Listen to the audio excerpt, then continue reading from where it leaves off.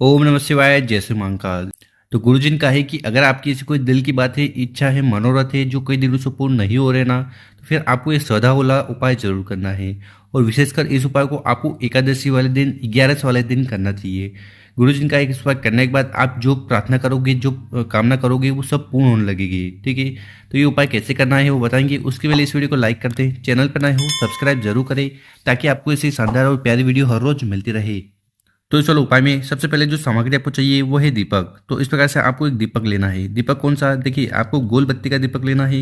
इसके अंदर आपको डालना है घी। ठीक है। अब ये आपके ऊपर है, आप चाहो तो मिट्टी का जो दीपक आता है वो ले सकते हो, या आप आटे के दीपक भी बना सकते हो।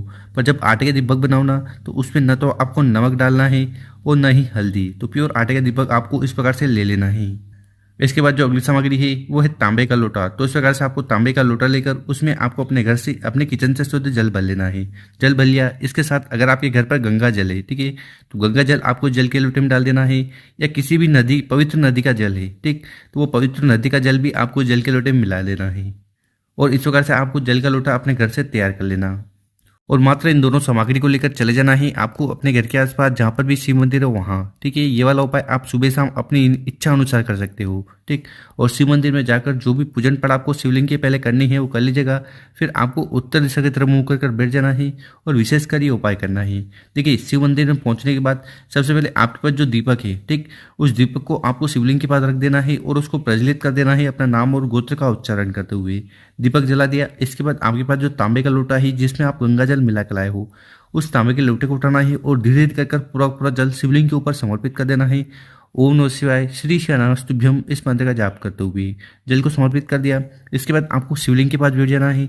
भगवान भोलेनाथ से प्रार्थना करना है कि आपकी हर प्रकार की कामना, इच्छा पूर्ण हो जाए, समस्या समाप्त हो जाए। ठीक है।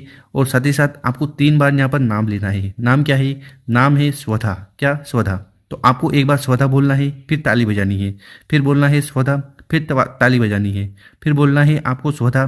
तो इस प्रकार से आपको 3 बार स्वधा बोलना है और 3 बार ताली बजानी है। देखिए, ये जो स्वधा है ना, ये पार्वती माता की नानी है।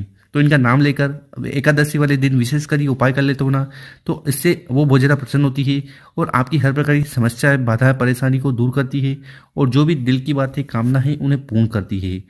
तो स्वधा नाम का स्मरण बहुत ज़्यादा महत्वपूर्ण है। इसी के साथ गुरुजी ने कहा है कि अगर आपके पास समय है तो आपको स्वधा पात्र का जो स्तोत्र है वो भी करना चाहिए। तो देखिए, अगर आप स्वधा स्तोत्र का पाठ करते हो ना, तो आपको 100 बार श्राद्ध करने का फल प्राप्त होगा। साथ ही साथ जितने भी तीर्थ स्थान है वहां पर जाकर स्नान करने का पुण्य मिलेगा। तो इतना महत्वपूर्ण है स्वधा स्तोत्र का पाठ करना। तो जो भी व्यक्ति इस प्रकार से विशेष तरीके से उपाय कर कर स्वधा स्तोत्र का पाठ एकादशी वाले दिन, 11 वाले दिन कर लेता है ना, तो इस व्यक्ति को फल की प्राप्ति और पुण्य मिलता है, और जितने भी दुख, परेशानी, समस्या है वो धीरे धीरे समाप्त होने लगते हैं। तो गुरुजी द्वारा बताया गया बहुत ही अद्भुत उपाय है। इस प्रकार से पहला वाला उपाय जरूर करना है।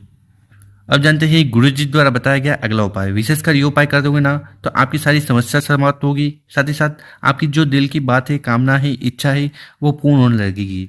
या अगर आपका ऐसा कोई कार्य है जो अटक रहे हैं, तो वो भी पूर्ण होने लगेंगे। तो इस वाले उपाय में जो सबसे पहले सामग्री आपको चाहिए वो है बेलपत्र। कितने बेलपत्र की जरूरत है? तो आपको गिन कर 7 बेलपत्र लेने हैं। कितने? 7 बेलपत्र। और जो बेलपत्र लो ना, वो कहीं से खंडित, टूटे फूटे ना हो, यह सुनिश्चित कर लें। इसके बाद जो अगली सामग्री है वो है तांबे का लोटा। तो इस प्रकार से आपको तांबे का लोटा लेना है और उस तांबे के लोटे में जल भर लेना है। गुरुजी कहते हैं कि यहाँ से जल भरकर शिवलिंग पर जाकर उड़ेल तो ना, तो इससे आपके घर के तीनों दोष समाप्त होते हैं: काल सर्प दोष, वास्तु दोष और पितृदोष। जल का लोटा भर लिया, उसके बाद आपको क्या करना है कि आपके पास जितने भी बेलपत्र हैं उन बेलपत्र को उठाना है और इस जल के लोटे में डाल देना है। तो इस प्रकार से आपको जल के लोटे में बेलपत्र को डुबो लेना है, और फिर ऐसा के जैसा जल का लोटा लेकर आपको चले जाना है आपको अपने घर के आसपास जहाँ पर भी शिव मंदिर है वहाँ। ठीक है। यह वाला उपाय सुबह शाम आप अपनी इच्छा अनुसार कर सकते हो। सुबह समय मिल रहा हो तो सुबह, शाम को समय मिल रहा हो तो शाम को। ठीक है। और शिव मंदिर में पहुंचने के पहले आपको विशेषकर उपाय करना है। देखिए आपको करना क्या है कि आपके पास जो जल का लोटा ना, उस जल के लोटे को उठाना है और पूरा पूरा जल नंदी जी के उठे हुए पाँव पर समर्पित कर देना है, नंदीश्वर महादेव जी का स्मरण करते हुए। ठीक है। और साथ ही साथ आपको एक चीज़ का ध्यान रखना है कि यहाँ पर हमने जितने भी बेलपत्र आपको बताए हैं, एक बेलपत्र भी आपको नंदी जी के उठे हुए पाँव पर समर्पित नहीं करने हैं। यहाँ पर सिर्फ और सिर्फ आपको जल को समर्पित करना है। जल समर्पित कर दिया, उसके बाद आपके पास जो बेलपत्र है ना, उन बेलपत्र को उठाना है, अपने हाथ पर रखना है और भगवान भोलेनाथ से प्रार्थना करना है कि आपकी जो भी दिल की बात है, कामना है, इच्छा है, वो पूर्ण हो जाए। ठीक है, ऐसी प्रार्थना करते हुए सारे के सारे बेलपत्र एक एक कर शिवलिंग के ऊपर समर्पित कर देना है। बेलपत्र की डंडी होगी जलाधारी की तरफ, बड़ी पत्ती होगी आपकी तरफ। तो इस प्रकार से आपको दूसरा विशेषकर उपाय कर लेना है। इसके बाद आपको शिवलिंग के बाद जुटकर भगवान भोलेनाथ नंदीश्वर महादेव जी से प्रार्थना करना है कि आपके घर में सुख शांति समृद्धि आए, कामना पूर्ण हो जाए और समस्या समाप्त हो जाए।